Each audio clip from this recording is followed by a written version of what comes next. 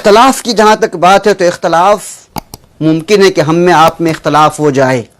اختلاف ہونا کوئی عیب کی بات نہیں، جبکہ مسلمانوں سے مطلوب ہے کہ اختلاف نہ کرو، لیکن کسی کسی بات میں اختلاف ہو سکتا ہے۔ اگر اختلاف ہو جائے تو پھر کیا کرنا ہے؟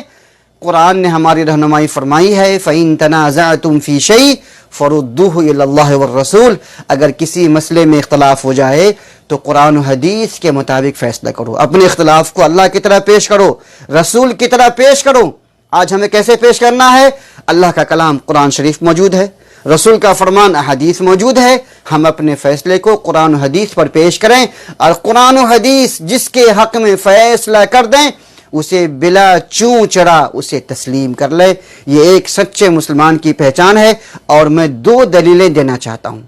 اور اسی پہ بات اپنی ختم کر دوں گا انشاءاللہ۔ پہلی دلیل، جب نبی صلی اللہ علیہ وسلم کا انتقال ہوا، وفات ہو گئی، تو لوگ پورا مدینے میں کوہرام مچ جاتا ہے، یہاں تک کہ عمر فاروق رضی اللہ عنہ فرماتا ہے اگر کسی نے یہ کہا کہ نبی صلی اللہ علیہ وسلم کو موت آئی اس کا سر میں تن سے جدا کر دوں گا، نبی کو موت نہیں آتی۔ انہیں نبی سے بہت ہی محبت تھی، وہ سوچ رہے تھے کہ نبی ہم سے الگ ہو ہی نہیں سکتے، ہم سے دور جا ہی نہیں سکتے۔ ابو بکر صدیق رضی اللہ عنہ تشریف لاتے ہیں، منبر پہ کھڑے ہوتے ہیں اور خطبہ دیتے ہیں، کہتے ہیں لوگوں سنو،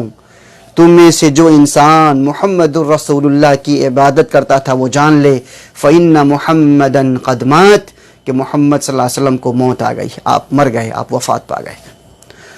اور تم میں سے جو شخص اللہ تبارک و تعالیٰ کی عبادت کرتا تھا وہ یہ جان لے فَإِنَّ اللَّهَ حَيٌّ لَا يَمُوتُ، کہ اللہ تبارک و تعالیٰ وہ ہمیشہ سے زندہ ہے اور وہ ہمیشہ زندہ رہے گا، اسے کبھی موت نہیں آنے والی۔ اور اپنی بات کو ثابت کرنے کے لیے انہوں نے قرآن مجید سے ایک دلیل بھی پیش کی، وہ یہ کہا وَمَا مُحَمَّدٌ إِلَّا رَسُولٌ قَدْ خَلَتْ مِنْ قَبْلِهِ الرُّسُلُ أَفَإِن مَاتَ أَوْ قُتِلَ انقلبتم عَلَىٰ أَعْقَابِكُمْ، کہ نبی صلی اللہ علیہ وسلم ایک رسول ہیں، ان سے پہلے بہت سارے انبیاء آئے اور چلے گئے، اگر نبی صلی اللہ علیہ وسلم کو موت آ جائے یا انہیں قتل کر دیا جائے تو کیا تم لوگ اسلام سے پھر جاؤ گے، مرتد ہو جاؤ گے؟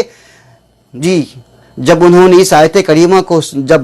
پیش کیا تو عمر فاروق رضی اللہ عنہ فرماتے ہیں کہ مجھے ایسا لگا جیسے آج میں پہلی مرتبہ یہ آیت سن رہا ہوں اور آج یہ آیت کریمہ نازل ہوئی ہے۔ ان کا غصہ ٹھنڈا ہو جاتا ہے اور وہ یقین کر لیتے ہیں کہ ہاں نبی صلی اللہ علیہ وسلم کو موت آ گئی ہے۔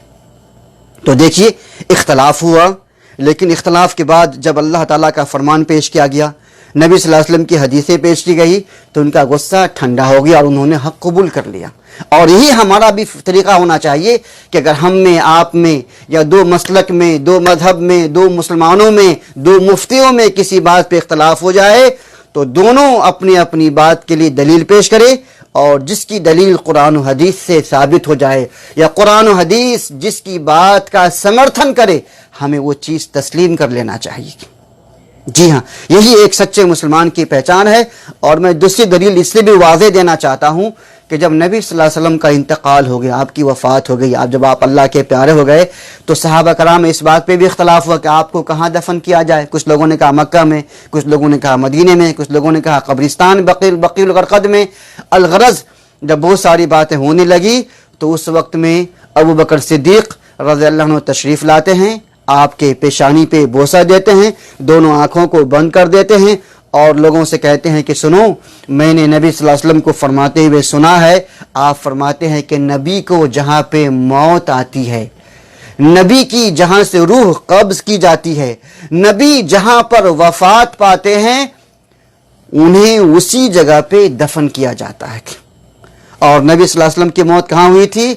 آپ کی پیاری بیوی صدیقہ کائنات عائشہ رضی اللہ تعالی عنہ کے گھر میں آپ کی موت ہوئی تھی، چنانچہ آپ کو وہاں سے دور کیا جاتا ہے، اسی جگہ پہ قبریں کھودی جاتی ہے اور وہیں آپ کو دفن کیا جاتا ہے۔ اب ذرا غور کیجئے، صحابہ میں اختلاف ہوا کہاں دفن کیا جائے، مکہ میں، مدینے میں، قبرستان میں، لیکن جب حدیث پیش کی گئی تو سب لوگوں نے اپنے اختلافات کو چھوڑ دیا اور حدیث رسول کے مطابق عمل کیا۔ ہمارا بھی فرض بنتا ہے کہ ہم بھی اسی نبی کی امت ہیں، صحابہ کرام جس نبی کی امت تھے۔